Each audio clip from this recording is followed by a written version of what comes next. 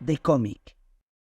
Muy buenas, bienvenidos a un nuevo programa de CD Comic, el videopodcast de Planeta Cómic. Hoy hablaremos sobre el autor Howard Philip Lovecraft, considerado uno de los maestros del terror y su figura más influyente durante la segunda mitad del siglo XX y la que llamamos del XXI.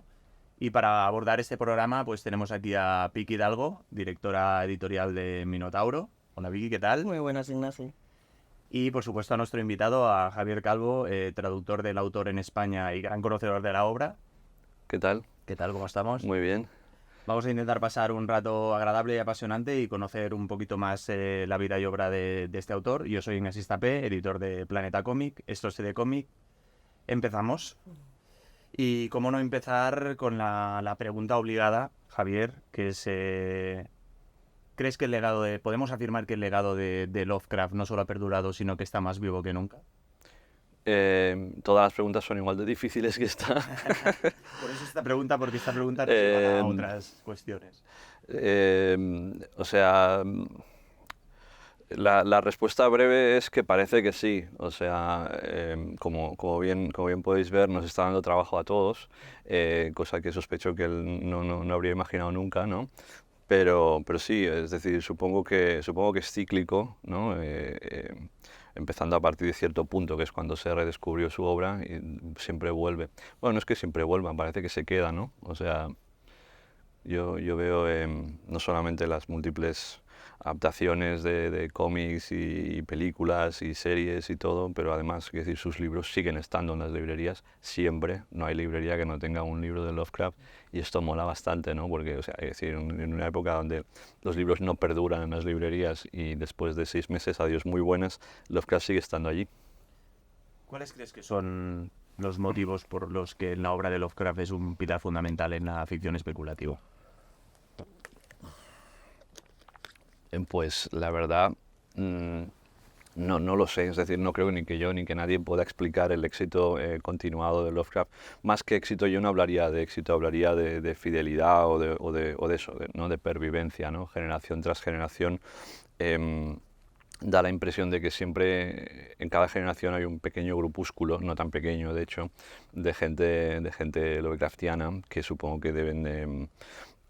o al menos antes, cuando yo era joven, se explicaba por cuestiones de inadaptación social, falta de vida pública, friquismo, etcétera, ¿no?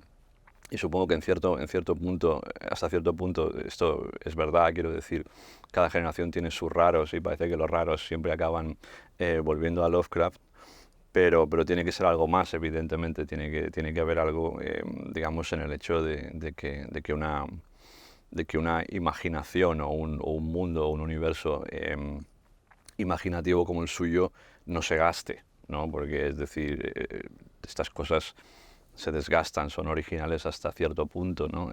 Pero hoy en día, donde en el mundo donde hay peluches de Cthulhu, donde los tentáculos están en la taza del desayuno de todo el mundo, donde estamos hartos de ver los mismos argumentos una y otra vez, sin embargo su literatura se resiste a morir, ¿no? Es como el propio Cthulhu, que no hay manera de matarlo. Es que además es curioso que a Lovecraft siempre se le tachó de no ser un gran literato, ¿no? Y realmente se tardó en alabar su vertiente más creativa, ¿no? El construir estos mundos fantásticos, mitológicos. ¿Crees que realmente es eso, que ha perdurado más su obra precisamente por esta labor creativa más allá de la forma en la que está narrada? Sin duda, o sea, por su personalidad magnética no es, o sea, ya te digo, porque el hombre jamás consiguió, digamos, ya ningún tipo de trascendencia, y seguramente, digamos, por el formato de pulp, ¿no? De relato breve, de revista orientada al entretenimiento, y, digamos, de los géneros populares de entonces, tampoco, porque realmente no consiguió adaptarse a esos formatos. Por lo tanto, tenía que haber algo en su obra, digamos, que estuviera allí, que fuera difícil de ver.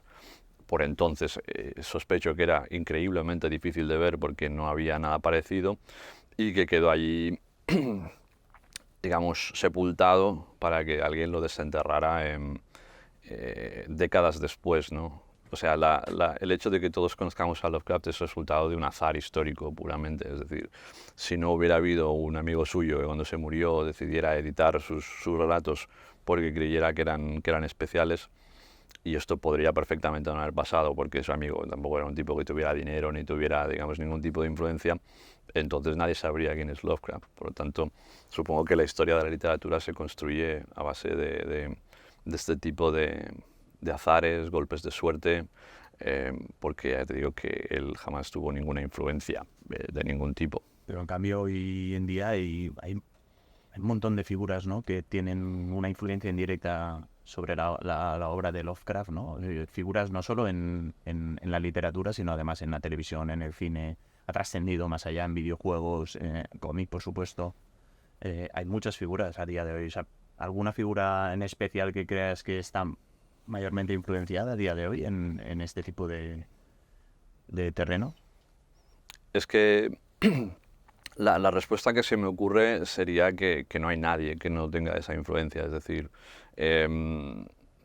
no hay nadie, incluso en determinados terrenos donde nunca esperarías ver la influencia de Lovecraft, ¿no? Me refiero a literatura más generalista, me refiero incluso a determinados tipos de ensayo, de filosofía, etcétera, donde la figura de Lovecraft se ha empezado a infiltrar en la última década o dos, pero en lo que son los géneros especulativos, la ciencia ficción y el terror, es imposible no pasar por Lovecraft porque él redefinió esos géneros a los años 20 con sus ensayos y con su canon, ¿no? Sus 51 relatos, cambió completamente la forma en que se estaba escribiendo, y entonces, a pesar del hecho de que sea una figura muy controvertida, lo es sobre todo en Estados Unidos, es una figura a quien no se ha querido canonizar a nivel literario, es una figura que sigue despertando muchos recelos, muchos de ellos completamente justificados, a quien se ha intentado no cancelar, pero sí relativizar, incluso la misma gente que intenta relativizar su importancia y que intenta sacarlo un poco de escena, luego cuando lees sus libros están escribiendo en realidad en un mundo posterior a Lovecraft. Muy bien, no quiero acaparar también, Vicky, por favor, que también Estamos deseando entrar ya un poco más dentro de lo que es la obra. Uno de los conceptos principales en Lovecraft, aunque no fue inventado o acuñado por él, sino que también tuvo ciertos predecesores, es el concepto de horror cósmico, que es este sentimiento del ser humano de sentirse insignificante ante la vastedad del universo y de sentir que hay fuerzas que lo están dominando y que no tienen ningún tipo de control sobre ellas, ¿no? Aparte del horror cósmico, Lovecraft también creó lo que consideramos el concepto de locura, que es un poco la consecuencia de que tú te enfrentes a este conocimiento total del universo, ¿no? Los que hemos jugado a mitos de Tulu, a la llama de Tulu, pues teníamos aquella ficha con pérdida de cordura, tirabas dados, está muy relacionado también con cómo Lovecraft veía el universo, ¿no? Son dos conceptos, quizá que en toda su trayectoria, el horror cósmico y la locura, a través de la investigación de libros o a través del descubrimiento del universo, van de alguna manera ligados. Quería preguntarte cómo definirías tú un poco este concepto de horror cósmico en tus propias palabras, o cómo lo podríamos explicar de alguna manera relativamente sencilla, teniendo en cuenta que hablamos de Lovecraft. Ha ido al turrón, Vicky. Yo digo, venga, a por trabajo. Bueno, hay muchas preguntas ahí, o sea, te voy a contestar algunas, las que me acuerde, las otras no. Yo relativizaría también un poco el tema de los precedentes de Lovecraft, en el sentido en que Lovecraft en ese sentido era completamente, no mentiroso, pero sí que hizo un retcon, por utilizar una palabra friki, bastante loco de toda la tradición de la literatura fantástica, ¿no? En el sentido que si tú lees alguno de sus ensayos, el más conocido es El horror sobrenatural en la literatura, él se inventa una supuesta tradición de él para dignificarse a él, utilizando toda una serie de autores que él creía que lo dignificarían entonces, porque él era un pobre señor que estaba en una habitación escribiendo, que luego con el tiempo han sido justamente olvidados, algunos de ellos evidentemente muy, muy importantes, tipo Edgar Allan Poe, pero otros más malos que la tiña. Y ahí el tipo atribuyó, digamos, a toda una serie de antecesores una serie de características que eran las suyas y que él mismo era consciente de tener, principalmente el proyecto del terror cósmico. El terror cósmico en realidad es aparte digamos, del trasfondo filosófico que tiene, todo lo que has mencionado, el materialismo, digamos, ya no digamos la ausencia de Dios o de principios morales y tal, sino el hecho de que el hombre está solo en el cosmos y por lo tanto eso, digamos, produce una especie de vacilación entre la indiferencia absoluta y el horror, etcétera.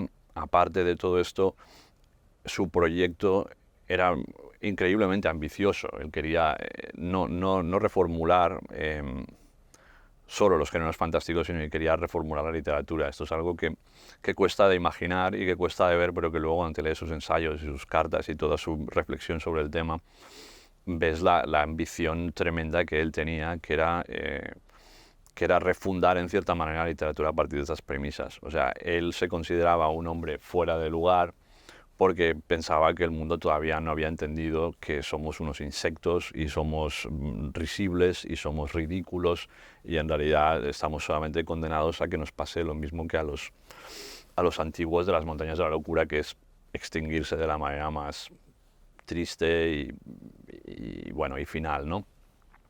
Aparte de eso, es decir, él consideraba que estas premisas serían las premisas de la literatura del futuro. O sea, yo creo que él, en cierta manera, se imaginaba que en el futuro todo el mundo estaría escribiendo acerca de este tipo de temas cuando se dieran cuenta de lo que él ya se había dado cuenta.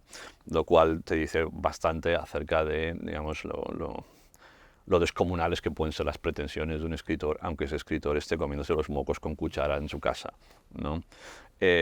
Por lo tanto, esto era en realidad, digamos, el ideal al que él se iba acercando cada vez más. Yo creo que lo logró básicamente a partir de 1930, con sus últimos relatos. Empezó a escribir una literatura que él consideraba visionaria y que en cierta manera era visionaria porque no se parecía a nada.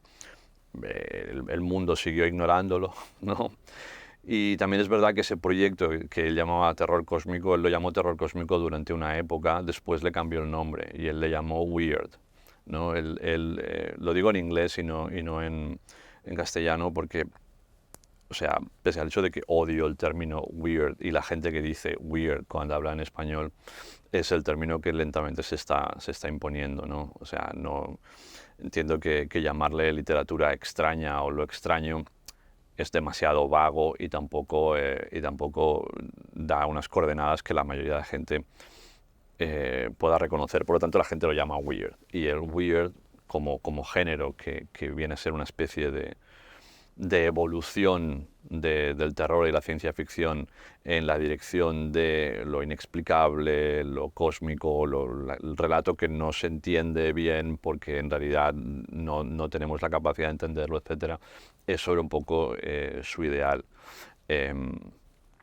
Y bueno, es cuestión de opiniones acerca de si esto ha creado escuela o no, o si esto es como mucha gente está escribiendo hoy o no, pero independientemente de la que fuera su intención, evidentemente hay elementos de Lovecraft, como decía antes, en casi todo, ¿no?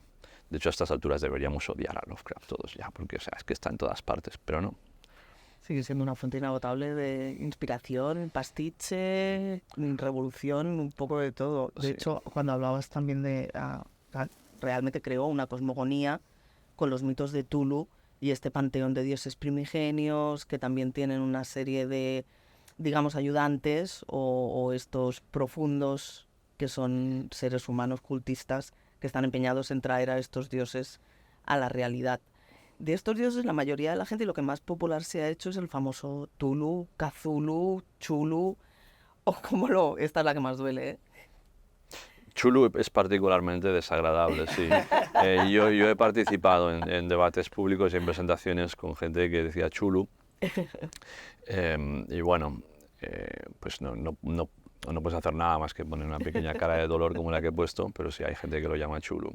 ¿Qué tiene este panteón de dioses para que se quede tan anclado en la memoria colectiva? Para, como decías antes, que lleguemos a hacer peluches, que la gente tenga incluso cunas llenas de cositas infantiles relacionadas con, yo siempre digo Tulu, no sé si está bien o mal dicho, y no sé cómo lo dices tú, también supongo que esto hay para todos los gustos.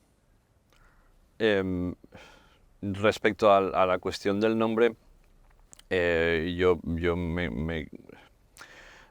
de manera absurda, porque no tiene ningún sentido, me guío por cómo lo dicen en América, porque también he hecho cosas sobre Lovecraft en América, y en América lo llaman Cthulhu, que es un poco la forma más o menos estándar en que se le llama en el mundo anglosajón. Digo que es absurdo hacer esto porque en realidad Cthulhu no es una palabra inglesa y no tiene ningún sentido decirlo, pronunciarlo de la manera inglesa, porque es una palabra primigenia y por lo tanto no, da igual que le llames Cthulhu. En realidad, técnicamente no hay mala forma de llamar a Cthulhu o Cthulhu, pero hay algunas que para mí son más eufónicas que otras y yo qué sé. Pero bueno, sigue llamándole chulo, no pasa nada, ¿eh? O sea, hay que decir, no, allá tú. Y respecto al tema del ciclo mitológico, no lo sé.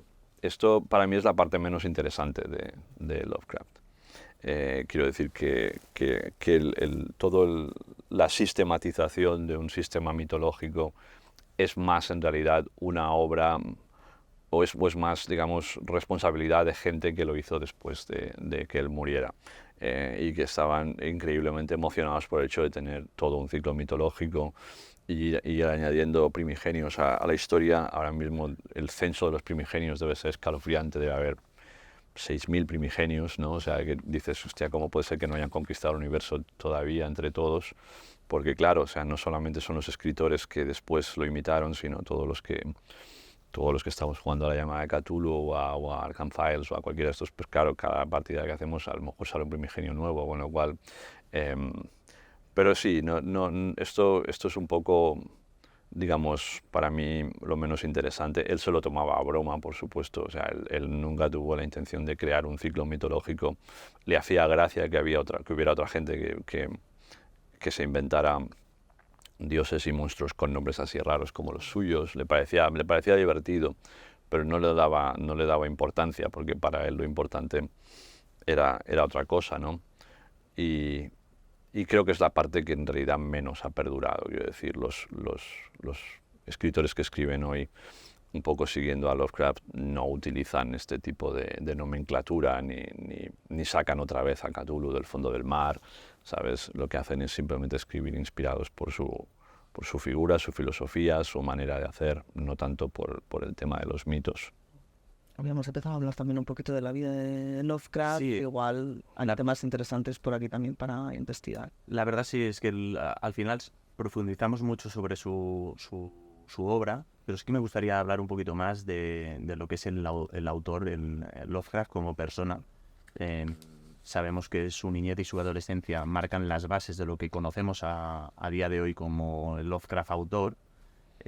Conocemos lo básico, lo que sabe más o menos todo el mundo, que tuvo pues una niñez sobreprotegida, que no pudo disfrutar de la escuela y que prácticamente por su figura paterna fue su abuelo, que devoraba libros en la biblioteca de su abuelo, que con 2 años ya leía poesía, con 10 años prácticamente escribía, con 17 años creo que escribe su primer relato, ¿no? La bestia en la cueva, me parece, ¿no? Más o menos lo básico, pero sabemos saber que a ti te conocemos, los seguidores de Lovecraft en España te conocemos porque eres el traductor de toda esa correspondencia, todas esas cartas que intercambió con diferentes medios, seguidores, con compañeros de profesión. ¿Qué nos dice el Lovecraft persona en esta correspondencia que nos pueda aclarar un poquito más cómo llegó a ser ese personaje que conocemos hoy?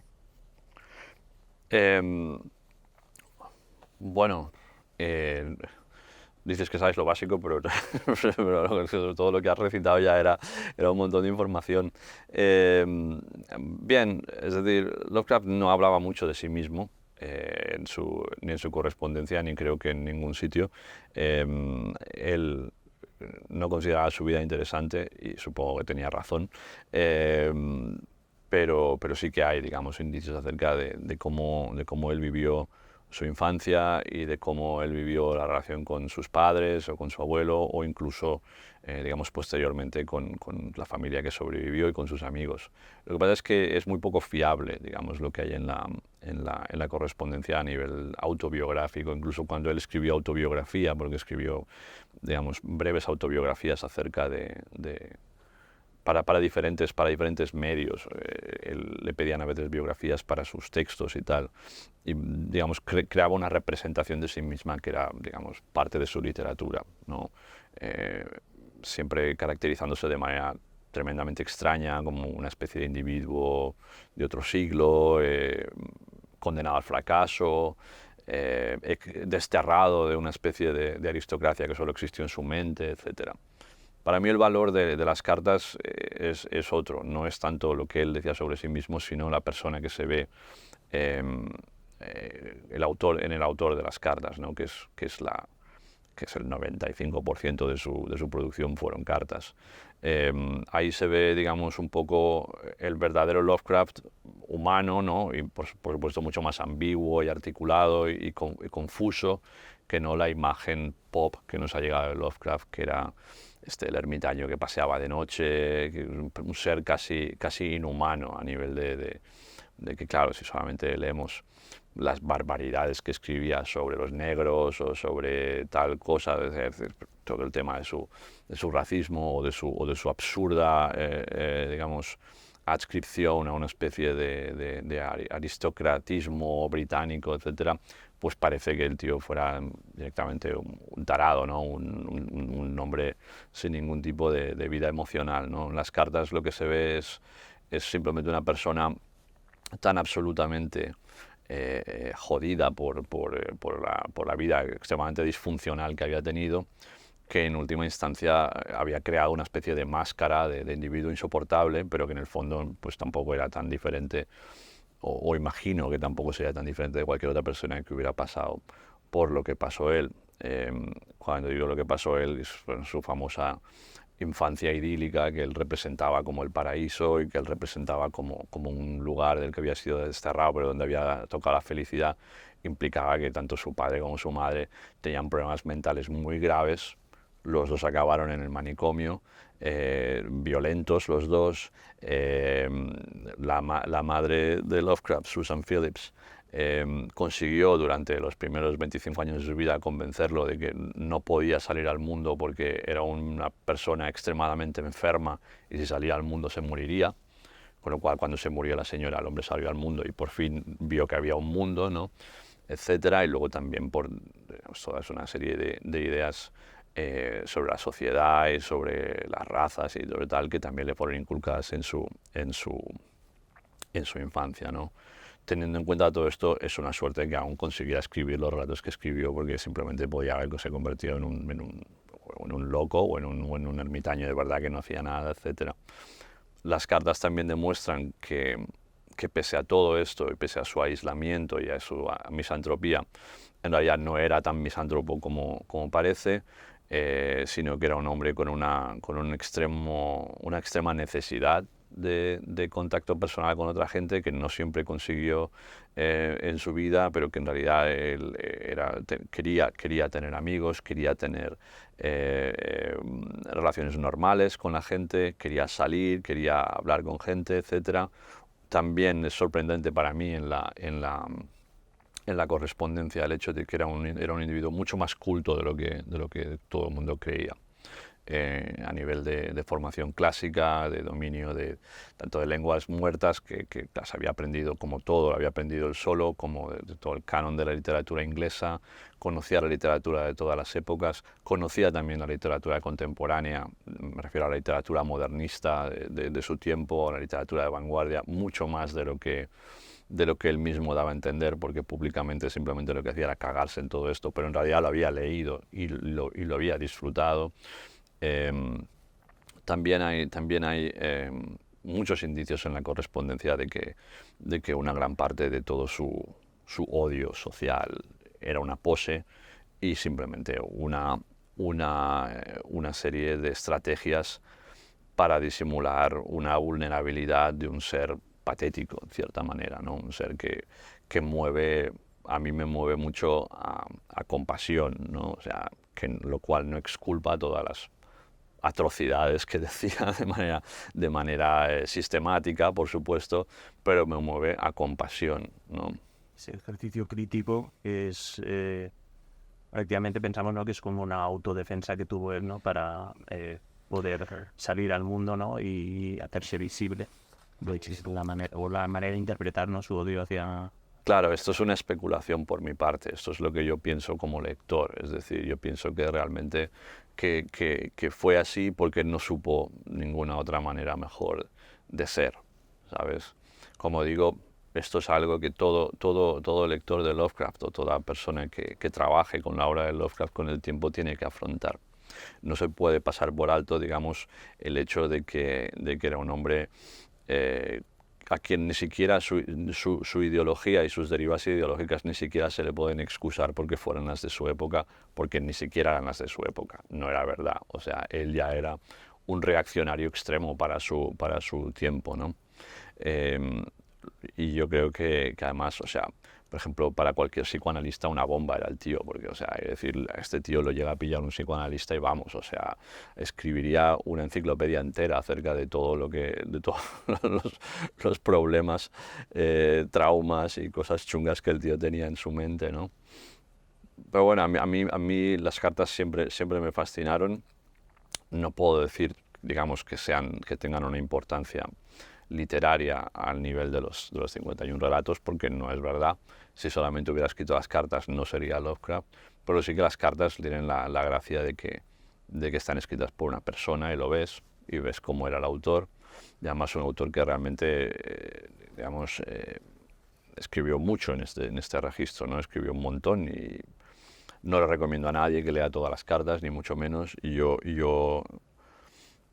lo he hecho y no sé cómo pasé la tirada de cordura, o sea, quizá no la he pasado y a lo mejor, o sea, pienso que estoy bien, pero no lo estoy.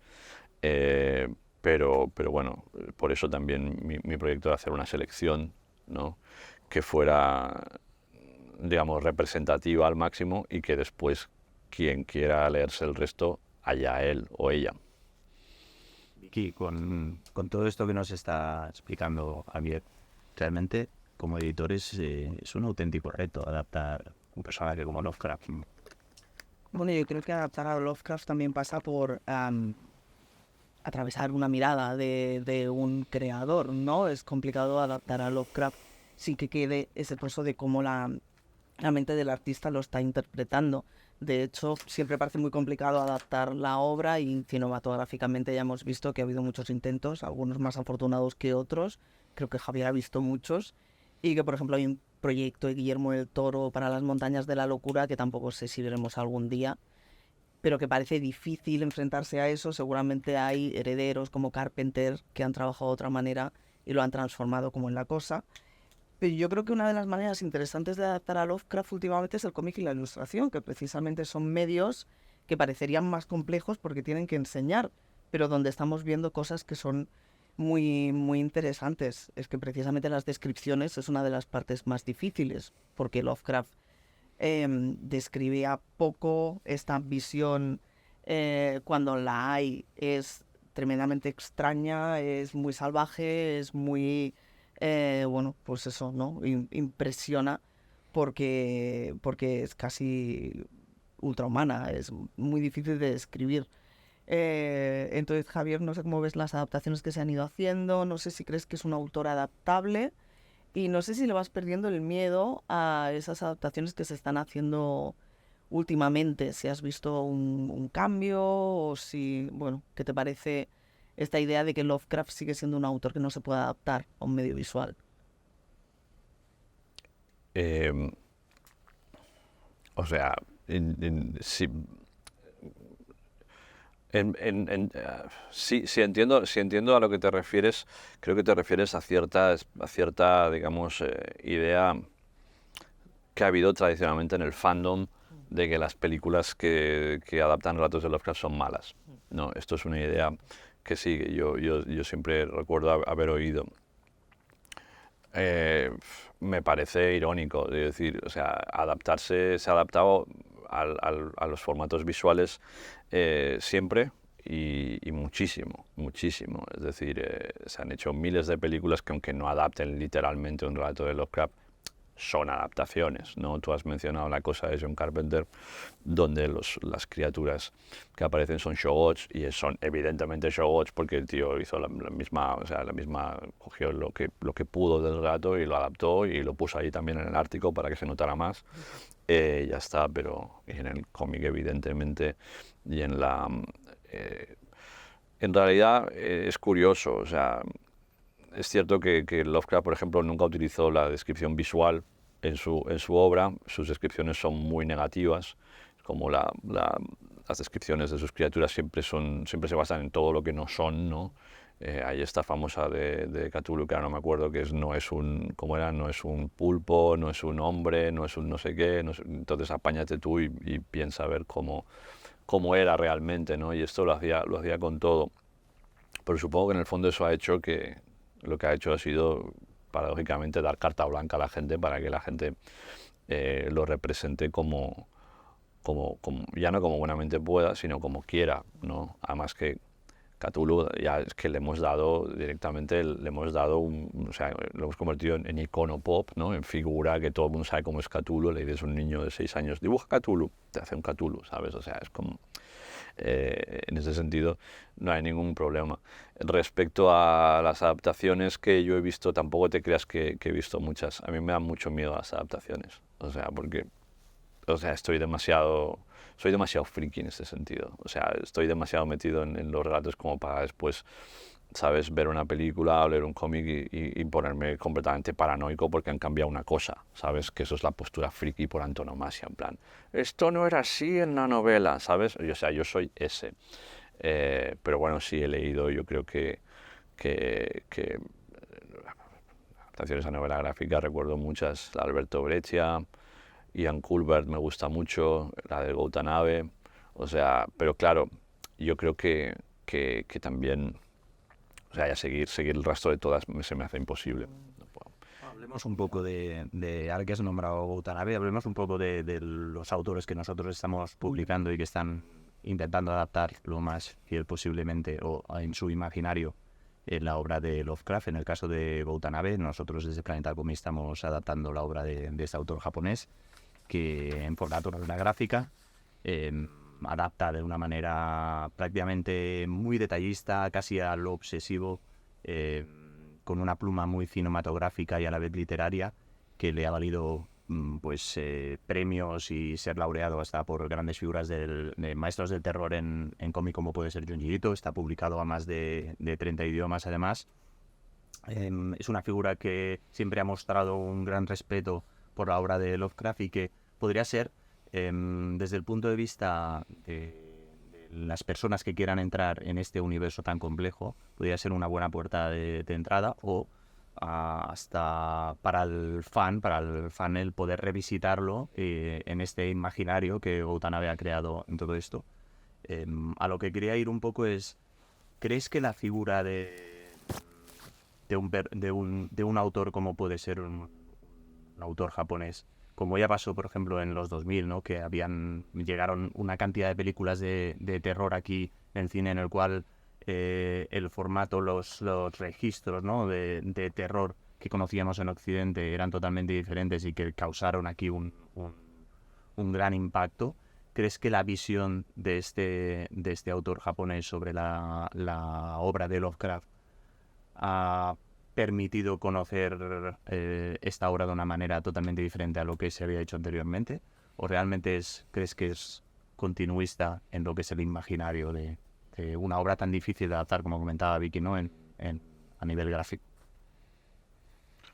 Buah, esto sí que es una pregunta que no sé yo si estoy capacitado para contestarla, y que creo que deberíais ser vosotros, de hecho, quien hablaréis de este tema. Te puedo dar mi opinión.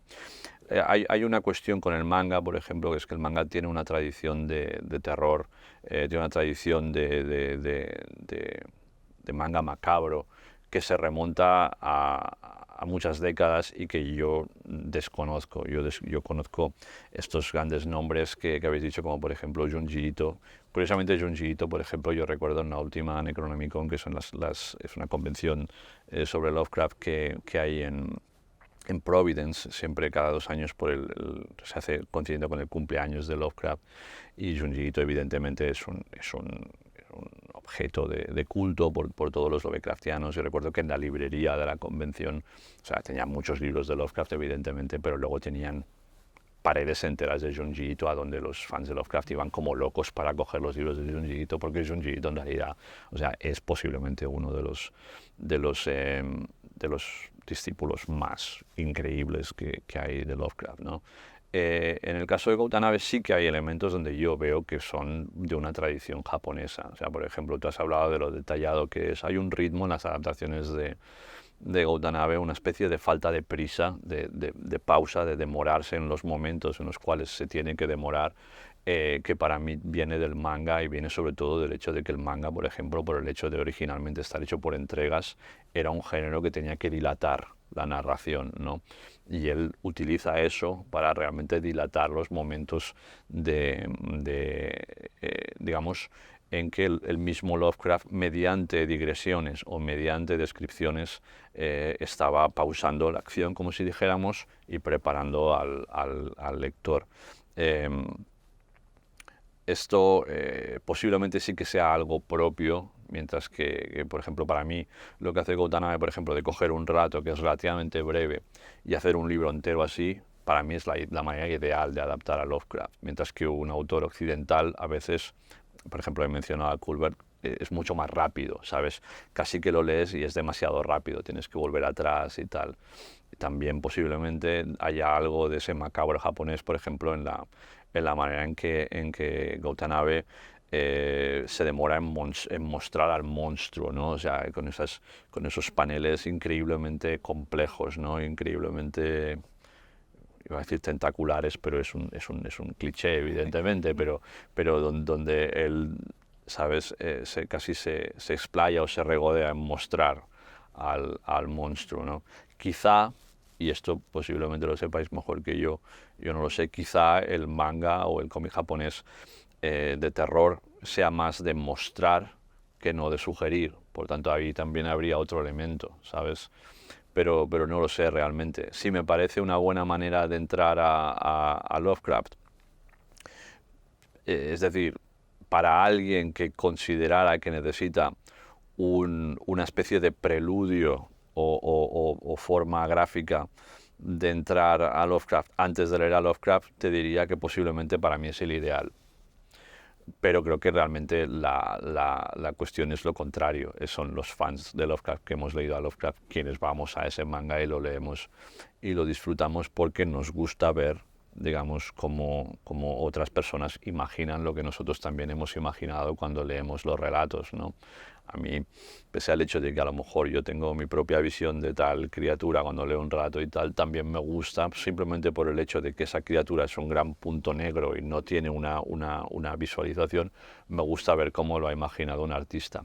Y anda que no hay artistas que están todo el tiempo, ¿sabes?, haciendo pinturas, dibujos, cortometrajes, dándonos también su propia visión, ¿no? Es parte de la enfermedad. ¿Crees que le viene bien el blanco y negro, esta sobreexplotación de uso de la tinta para este imaginario? En este caso, Gautanabe, para nosotros, cuando evaluamos su obra de cara a ser publicado, una de las cosas que nos gustó mucho era cómo lo interpretaba con esa gama cromática y ese exceso de negros que, sumados a pues este balance que tienen los tiempos, ¿no?, de mostrar al monstruo y de relatar, como comentabas, el cómic era perfecto en nuestro pensamiento, ¿no?, de cómo mostrar realmente el autor en novela gráfica. ¿Crees que le viene bien ese blanco y negro? O sea, aquí ya estoy fuera de mi terreno porque yo el cómic realmente, o sea, no soy una persona que sepa mucho de cómic. Entiendo que el manga siempre es en blanco y negro, no existe el manga en color, o a lo mejor existe ahora, pero nunca había existido. Entiendo también que a Lovecraft, cuando se lo adapta a novela gráfica, prácticamente siempre se lo ha adaptado en blanco y negro, o al menos los ejemplos que yo recuerdo. Y si me hablas de la cuestión de cargar las tintas o de utilizar mucho el negro, madre de Dios, ¿cómo se puede utilizar demasiado el negro cuando estás, digamos, adaptando a Lovecraft? Pero te digo, esto a mí mismo me lo estoy inventando, porque yo no sé exactamente, no tengo el suficiente conocimiento de cómic como para hacer una crítica del estilo de un... A mí me gustan los dibujos de estas adaptaciones, pero me gustan de forma intuitiva, o sea, no te sé hacer una semiótica de Watanabe, ¿sabes? Entiendo que tampoco me lo estás preguntando, pero vamos, o sea, simplemente quiero transmitir mi incapacidad. No, simplemente era conocer tu punto de vista como lector y gracias por responder a pesar de tener este problema a la hora de responderlo. Os preguntaría, eso sí, si vais a sacar más, porque no sé si hay más. Ahí te iba a decir, seguimos trabajando en nuevos lanzamientos y te quería preguntar... ¿Cuáles faltan? Faltan varios que no podemos de momento desvelar. No me porque digas, los o hemos sea, la publicado. única pregunta que hago yo y no me la vas a contestar. Sí que te puedo decir que sabemos que Watanabe está trabajando en la etapa más onírica de Lovecraft. No sé si te ilusiona esa parte, es la parte menos conocida quizás y menos adaptada. ¿Te ilusiona que adapte esta parte? Sí, bueno, sí, por supuesto. Es decir, la búsqueda en sueños de la Ignota Kadat, que es de hecho una novela que supongo que hasta cierto punto sí que se podría decir que era una novela maldita o una la parte más desconocida y tal. Una novela que ha tenido, digamos, siempre muchos detractores, pero que en realidad ha estimulado a muchísimos adaptadores. Hay adaptaciones, ahora mismo no me acuerdo, pero sé que hace poco salieron un par también de adaptaciones de esta novela, una novela gráfica, y es un festival. O sea, es un festival para un dibujante, porque claro, o sea, si ya cierta parte de la obra de Lovecraft, tipo, por ejemplo, El Morador de las Tinieblas, que también está adaptada, que fue la última que leí, la adaptación, es quizá parca en imaginería, ¿no? Digamos, es más reductivista, no hay tanto monstruo, no hay tanto, o sea, en la parte onírica, ahí vamos, o sea, es una estética del exceso, o sea, hay criaturas extrañas de 1000 tipos en todas las páginas, se van a la luna, vuelven, bajan bajo tierra, vuelven a subir, o sea, esto es una imaginería, digamos, espectacular, ¿no? Y bueno, y no solo tenemos a Watanabe, en Minotauro estamos también con muchas adaptaciones y con diferentes autores, Vicky. Tenemos una línea bastante potente de adaptaciones de Lovecraft que la verdad es que nos están funcionando muy bien, así que seguimos hablando un poco de vástagos de Lovecraft porque parece que la gente sigue pidiendo este tipo de contenidos. En nuestro caso tenemos, por ejemplo, a François Baranger, que aquí el uso del color es totalmente diferente. Yo creo que una de las cosas que diferencian a Baranger de otros artistas es este color tan vivo, tan potente, que se nota mucho que el tipo viene un poco del concept art, ha trabajado para videojuegos, ha trabajado para cine. Siempre pienso, si hiciera una adaptación Guillermo del Toro, si tendría también estos colores. O sea, es un artista que es súper visual. Y bueno, nos están funcionando muy bien. Nosotros hemos hecho de momento Montañas de la Locura, La Llamada de Tulu, y en breve haremos el horror de Dunwich. Quería preguntarte también, para ti, ¿cuál sería una buena puerta de entrada dentro del universo de Baranger a sus mitos? O un poco si elegirías una antes que otras, si te parece también que son adaptaciones. O sea, una curiosidad que yo tengo es si en algún momento se va a animar a hacer El color que cayó del espacio, porque me parece que ahí puede ser. No puede. O sea, Es inadaptable. Claro.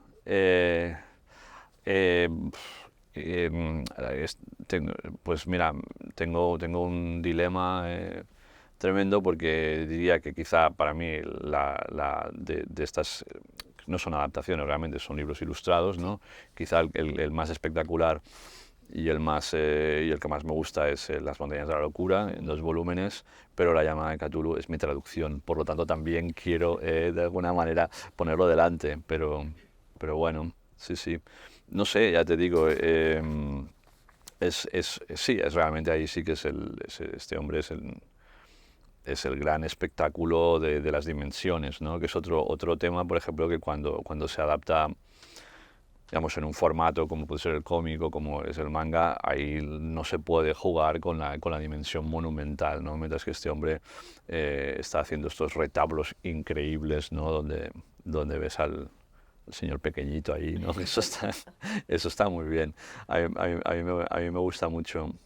Tampoco sé exactamente, digamos, dices que estaba haciendo Dunwich, no sé exactamente cuántas hay. Hace poco recuerdo que estaba en una librería en Edimburgo y vi que tenían toda la colección y que había más y tal, y dije, bien, o sea, pero no recuerdo exactamente cuántos había hecho, ni si está en activo todavía. Está en activo, Sí. había una edición especial también de La Llamada, y bueno, nosotros lo último es el labor de Dunwich. Sí, la llamada a Cthulhu es realmente un relato donde puedes, digamos, jugar con las dimensiones, que es algo que también Lovecraft trabajaba mucho, que era el no explicar las dimensiones de las cosas para que tú pudieras, digamos, hacerte una idea atroz o realmente o cósmica, ¿no?, de las cosas. Por ejemplo, cuando habla de Cthulhu, dice que Cthulhu no tenía ningún tamaño en concreto porque podía tener todos los tamaños que quisiera, ¿no? O sea, podía ser una montaña, podía ser lo que quisiera él, ¿no? Entonces, es maravilloso en el final del relato y las ilustraciones. Pero claro, eso es la llamada de Cthulhu, pero las montañas de la locura es eso. O sea, es eso del principio a fin. Es descubrir una ciudad donde tienes que ver, para empezar, que no es una ciudad que esté hecha para las dimensiones de los pobres piojos esos que van por ahí, ¿sabes?, con su expedición, sino que tienes que ver realmente, y es lo más difícil es ver esas dimensiones, es imaginártelas, y esa edición en concreto a mí me parece que triunfa principalmente por eso. Y yo creo que la parte visual también es importante para otro tipo de generaciones, otro tipo de lector. Hay gente que entra mucho por lo visual, y creo que también puede ser, como decía Ignasi, quizá una puerta de entrada para que lo descubra gente que haga el viaje inverso al que hemos hecho todos, que es al final pasar de lo visual a los libros de alguna manera. Sí, pero estas ediciones también tienen el texto completo. Quiero decir que la persona que quiera disfrutar de las imágenes tendrá que leer el libro. Bueno, o no, yo qué sé, a lo mejor solamente va a mirar, pero leer un libro solamente mirando las ilustraciones, no sé. Pero es verdad que... Es decir, que los relatos, es que incluso Gautanabe tiene esta cosa de adaptado al japonés, que es no saltarse ni una línea de diálogo. O sea, es exactamente lo mismo. Quiero decir que aunque te leas el Gautanabe o el otro, perdona, que nunca me acuerdo cómo se llama. Sí, aunque te leas uno u otro, te estarás leyendo a Lovecraft, aunque no quieras. Quiero decir que los que intenten escaparse por ahí no podrán, tendrán que leerlo igualmente. Estarán condenados al hechizo de Lovecraft de todas maneras. Pobres. Y bueno, en Minotauro hemos sacado también La sombra sobre Innsmouth de Tomás Hijo, Sí. que es un talento nacional. Tomás es de Salamanca. Además. De Salamanca, es verdad. Sí, licenciado en periodismo, lo cual me parece súper curioso porque de repente nace la semilla de Lovecraft y hace un giro a su vida completamente. Había trabajado haciendo publicaciones más en territorios infantiles. Bueno, pero tiene sentido. Si te das cuenta de lo que es el periodismo hoy en día, de cuánto paga, también es normal que el tío acabara siendo grabador, porque, ¿sabes? Era la salida lógica. Que no, bueno, es una de las muchas que tienes para no tener que ejercer el periodismo. Sí, yo también estudié periodismo, pero tampoco lo he ejercido nunca. Pero algo tenía que estudiar, o sea, porque necesitaba prolongar mi dependencia económica de mi familia. O sea, al final habéis acabado unidos en los mundos de Lovecraft. Sí, exacto, sí. Comentabas que es grabador y es verdad, para la gente un poco que no lo sepa, que Tomás tiene una técnica muy singular, que es que mezcla el grabado tradicional con la ilustración, y ver cómo trabaja es completamente alucinante, porque el tío se hace las planchas con la gubia, les quita el exceso, les pasa la tinta y las pasa sobre... Y yo creo que esto hace que las ilustraciones tengan un poder visual muy bestia. Tú ves algo de Tomás Hijo y sabes perfectamente que es Tomás Hijo, que no es nadie más, es completamente definitorio y personal. Y Tomás tiene este amor por Lovecraft, ha trabajado mucho con Lovecraft. Tiene de hecho un libro que era el Necronomicon, que también es una especie de bestiario, y cuando nosotros le propusimos hacer La sombra, enseguida entró al trapo, ¿no? Yo creo que Lovecraft es uno de sus autores favoritos y de alguna manera proyectos más queridos. Ha hecho tarots también, ha hecho muchos trabajos de otro tipo. Pero quería preguntarte, viendo que conoces a Tomás perfectamente, ¿qué encuentras de singular en su obra? ¿O qué crees que la puede diferenciar del resto? ¿Hay algo en la técnica que pueda...? Bueno, respecto, digamos, a todas las adaptaciones de las que estábamos hablando, a todas las ilustraciones, claro, es un giro completamente radical.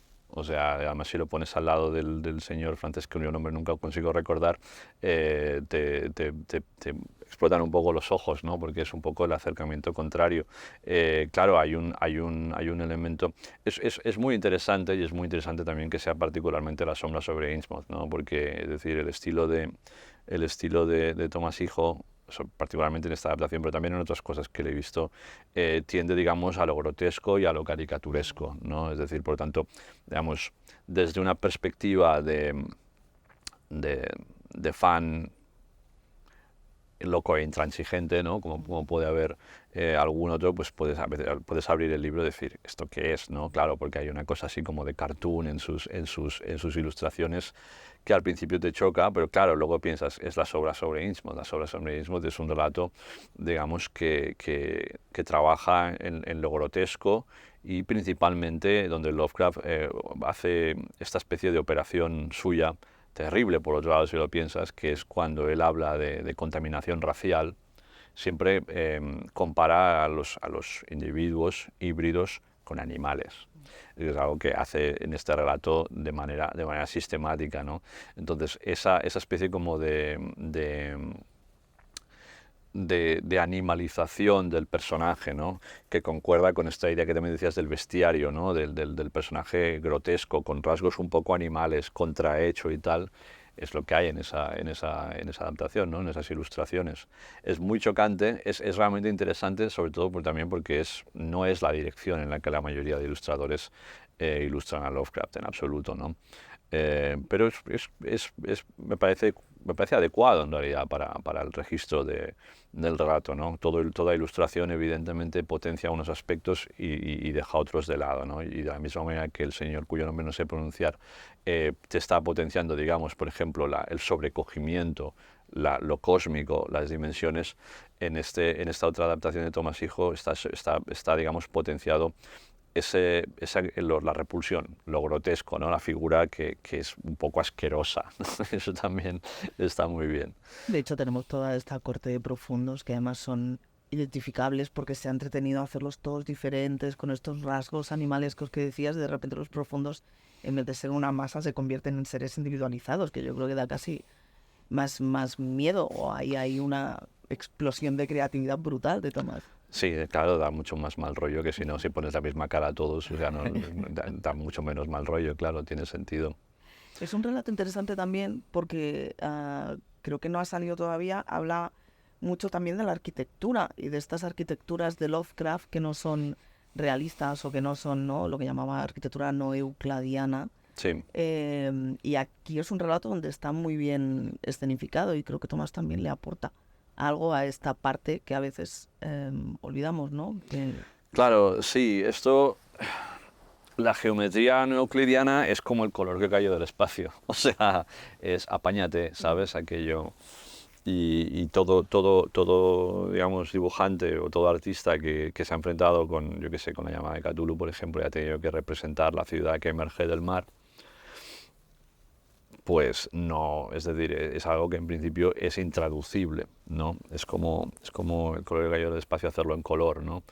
Aunque de hecho el color del cayó del espacio existe una película que además a mí me gusta mucho, de Richard Stanley, donde, pues bueno, es un color así medio espacial, ¿no? Pero bueno, funciona, o sea, está bien. Pero la arquitectura sí, o sea, la arquitectura era una obsesión de Lovecraft, estaba obsesionado con la arquitectura. Todo el dinero que tenía, el poco dinero que tuvo en vida, se lo gastó viajando para hacer turismo arquitectónico, que me parece, o sea, otro rasgo encantador de excentricidad por parte de este señor, que se recorrió toda Nueva Inglaterra y la costa este de Estados Unidos y de Canadá para visitar arquitectura antigua. Está muy bien, era un turista muy especializado.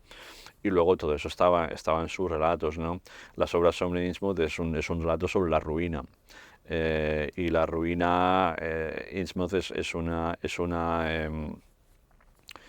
ciudad o es un pueblo que cada vez que es caracterizado, cada vez que hay un detalle, ese detalle tiene que transmitir la idea de decadencia, ¿no? De degradación. La degradación arquitectónica es, digamos, una de las metáforas que él utiliza en ese relato para hablar de la degradación moral.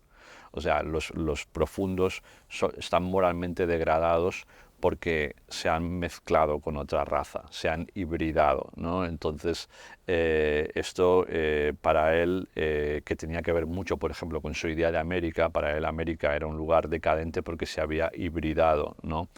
Y los profundos son la metáfora perfecta. Por lo tanto, si los profundos de Lovecraft o de Tomás Hijo están contrahechos, la arquitectura también tiene que estar contrahecha, y lo está, ¿no? O sea, es como aquello, no hay una pared que esté recta o que no esté medio caída, ¿sabes? O una cosa que no tenga una grieta, ¿no? O, ¿sabes?